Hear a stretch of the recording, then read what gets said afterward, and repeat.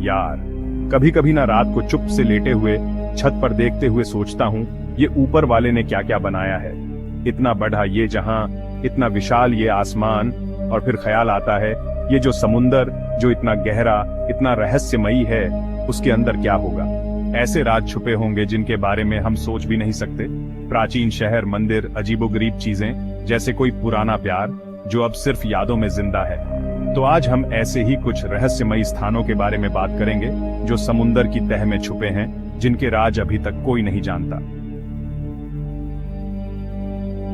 पहले नंबर पर है अपनी ही धरती का एक रहस्य, द्वारका। यह प्राचीन नगरी जो कभी श्री कृष्ण का निवास स्थान मानी जाती थी, आज समुद्र की गहराइयों में समाई हुई है। कहते हैं यहाँ श्री कृष्ण रहते थे। यह स्थान न केवल धार्मिक दृष्टि से महत्वपूर्ण है, बल्कि ऐतिहासिक और पुरातात्विक दृष्टि से भी अद्वितीय है। अपने आप में एक अलग ही बात है ना, भगवान का शहर, और वो भी समुद्र में डूबा हुआ। यह विचार ही मन को रोमांचित कर देता है। महाभारत में इसका जिक्र मिलता है। महाभारत के अनुसार द्वारका एक अत्यंत समृद्ध और सुंदर नगरी थी, जिसे श्री कृष्ण ने स्वयं बसाया था। सोचो, कितनी शानदार रही होगी ये नगरी, जिसका अब सिर्फ नाम बाकी है। इसकी भव्यता और वैभव की कहानियां आज भी लोगों के दिलों में जीवित हैं। गुजरात के किनारे आज भी इसके कुछ अवशेष मिलते हैं जो उस युग की कहानियां बयान करते हैं। ये अवशेष हमें उस समय की संस्कृति और जीवन शैली की झलक दिखाते हैं। पत्थरों पर नक्काशी, टूटी फूटी मूर्तियां, जैसे कोई बूढ़ा इंसान अपनी जवानी की दास्तां सुना रहा हो। ये अवशेष हमें उस समय की कला और शिल्पकला की उत्कृष्टता का अनुभव कराते हैं। साइंटिस्ट कहते हैं कि शायद समुद्र का स्तर बढ़ गया होगा या भूकंप आया होगा, जिसने द्वारका को अपने आगोश में ले लिया। ये भी संभव है कि किसी प्राकृतिक आपदा ने इस नगरी को जलमग्न कर दिया हो। लेकिन दिल नहीं मानता यार, लगता है कोई रहस्य जरूर है जो अभी तक दुनिया से छुपा हुआ है। शायद द्वारका की कहानी में कुछ ऐसा है जो हमें आज भी आकर्षित करता है और हमें सोचने पर मजबूर करता है। अब चलते हैं जापान, एक ऐसी जगह जहां इतिहास और रहस्य का संगम होता है, जहां समुद्र के अंदर एक पिरामिड मौजूद है। यह पिरामिड योनागुनी द्वीप के पास स्थित है और इसे देखकर हर कोई हैरान रह जाता है। जी हाँ, आपने बिल्कुल सही सुना। यह पिरामिड पानी के नीचे छिपा हुआ है और इसकी खोज ने वैज्ञानिकों और गोताखोरों को चौंका दिया है। योनागुनी द्वीप के पास गोताखोरों को एक ऐसी संरचना मिली जो बिल्कुल पिरामिड जैसी दिखती है। यह संरचना इतनी विशाल और जटिल है कि इसे देखकर कोई भी दंग रह जाएगा। सीढ़ियां, चौकोर आकार, तीखे कोने, ये सब कुछ इतना सटीक और व्यवस्थित है कि इसे देखकर लगता है जैसे किसी ने इसे बहुत ही ध्यान से बनाया हो। सब कुछ इतना सटीक जैसे किसी ने बनाया हो। यह संरचना इतनी परफेक्ट है कि इसे देखकर लगता है कि यह किसी प्राचीन सभ्यता का काम हो सकता है। लेकिन सवाल यह है कि बनाया किसने? क्या यह किसी प्राचीन सभ्यता का काम है या फिर यह प्रकृति की ही एक अद्भुत रचना है? कुछ लोग कहते हैं कि यह प्राकृतिक है, समुद्र की लहरों ने पत्थरों को इस तरह तराशा होगा। लेकिन यह तर्क भी पूरी तरह से संतोषजनक नहीं है। लेकिन यार, इतना परफेक्ट कैसे? यह सवाल हर किसी के मन में उठता है। क्या प्रकृति इतनी सटीक हो सकती है? कहीं ये किसी प्राचीन सभ्यता का काम तो नहीं जो हजारों साल पहले यहाँ रहते थे? क्या यह संरचना उन लोगों की है जो समय के साथ समुद्र में डूब गए? जो भी हो, योनागुनी पिरामिड एक अनसुलझा रहस्य है जो वैज्ञानिकों को अभी तक उलझाए हुए है। ये पिरामिड हमें हमारे अतीत के बारे में और जानने के लिए प्रेरित करता है और हमें सोचने पर मजबूर करता है कि क्या क्या रहस्य अभी भी हमारे सामने आने बाकी है।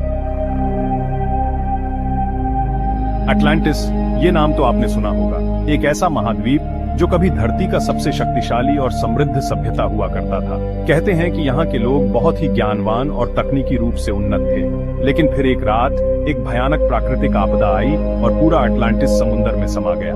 बस उसके बाद से अटलांटिस एक कहानी बनकर रह गया। कुछ लोग मानते हैं कि ये सिर्फ एक कल्पना है, जबकि कुछ इसकी तलाश में अभी भी भटक रहे हैं। अगर अटलांटिस सचमुच मौजूद था तो सोचो उसकी तकनीक, उसकी संस्कृति, उसका इतिहास, कितना कुछ सीखने को मिलेगा। साल 2001 में क्यूबा के तट पर कुछ अजीब मिला।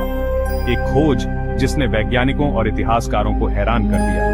ये खोज समुद्र की गहराइयों में छिपी हुई थी और इसके बारे में जानकर हर कोई दंग रह गया।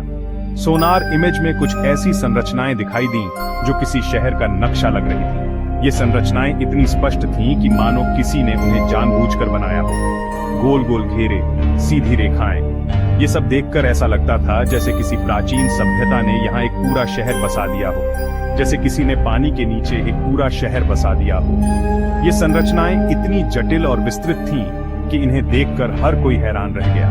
कुछ वैज्ञानिकों का मानना है कि ये संरचनाएं 5000 साल से भी ज्यादा पुरानी हैं। अगर ये सच है तो इसका मतलब है कि ये संरचनाएं उस समय की हैं जब मानव सभ्यता अपने प्रारंभिक चरण में थी।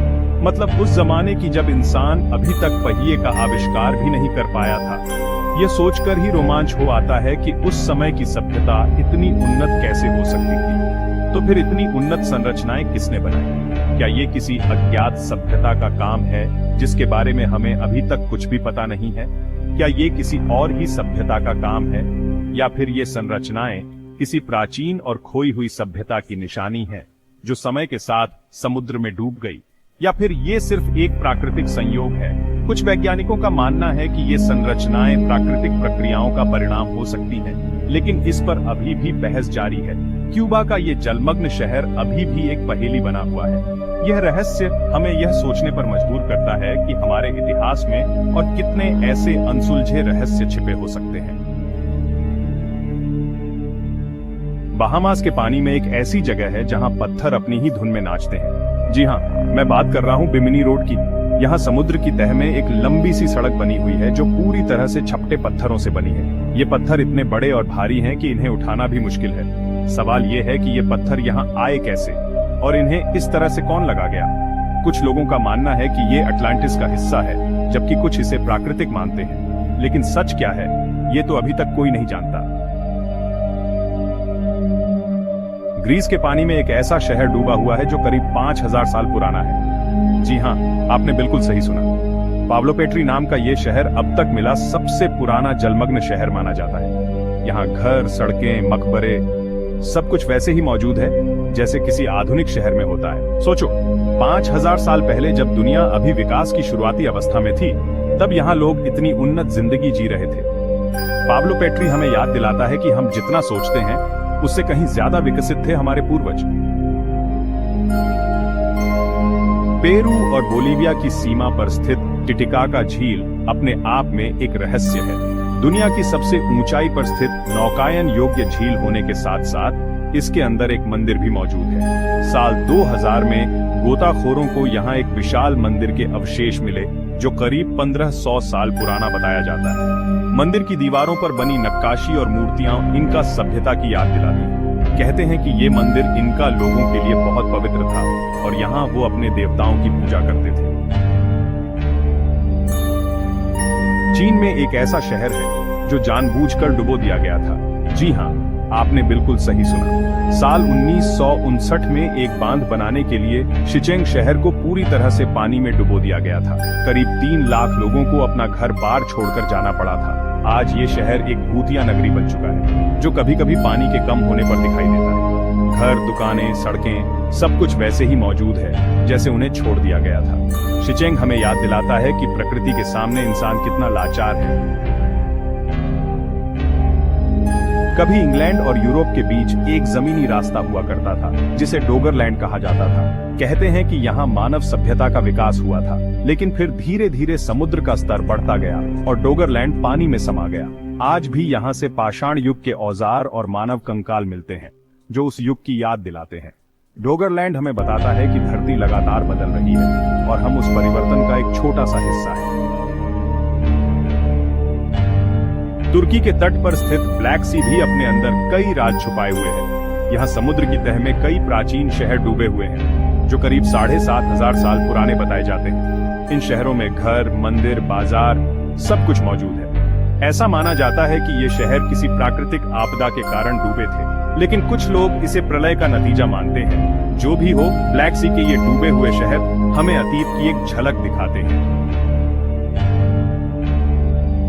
तो यार, ये थे दुनिया के कुछ रहस्यमयी पानी के नीचे के स्थल। इनमें से कुछ के बारे में हमें थोड़ी बहुत जानकारी है, जबकि कुछ अभी भी एक रहस्य बने हुए हैं। लेकिन एक बात तो तय है कि समुद्र अपने अंदर और भी कई राज छुपाए हुए हैं। कौन जानता है, हो सकता है कि आने वाले समय में हमें और भी हैरान कर देने वाली चीजें देखने को मिले। क्या ये सचमुच किसी प्राचीन सभ्यता के निशान है, या फिर ये सिर्फ प्रकृति की कारस्तानी है?